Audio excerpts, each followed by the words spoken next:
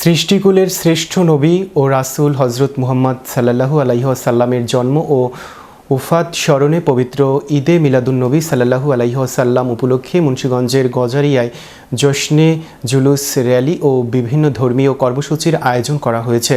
পবিত্র রবিউল আউয়াল মাসকে কেন্দ্র করে গজারিয়া থানা আহলে সুন্নাত ওয়াল জামাতের উদ্যোগে শনিবার সকাল 11টায় আজিম শোনান পবিত্র জশ্নে জুলুস ও ঈদে মিলাদুন্নবী সাল্লাল্লাহু আলাইহি ওয়াসাল্লাম উপলক্ষে র্যালির আয়োজন করা হয়।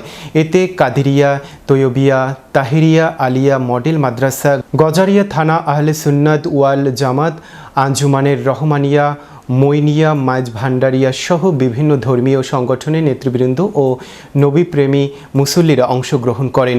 এদিকে ঢাকার দেওয়ানবাগ দরবার শরীফের উদ্যোগে আগামী 12 রবিউল আউয়াল বিশ্ব আশিকে রাসূল সম্মেলনের আহ্বান জানানো হয়েছে।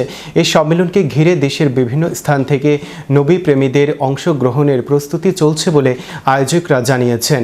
আয়োজকরা জানান, ঈদে মিলাদুন্নবী সাল্লাল্লাহু আলাইহি ওয়াসাল্লাম উপলক্ষে এসব কর্মসূচির মূল লক্ষ্য মহানবী হজরত মুহাম্মদ সাল্লাল্লাহু আলাইহি ওয়াসাল্লামের জীবন আদর্শ, মানবতা, শান্তি ও সম্প্রীতির শিক্ষা মানুষের মাঝে তুলে ধরা।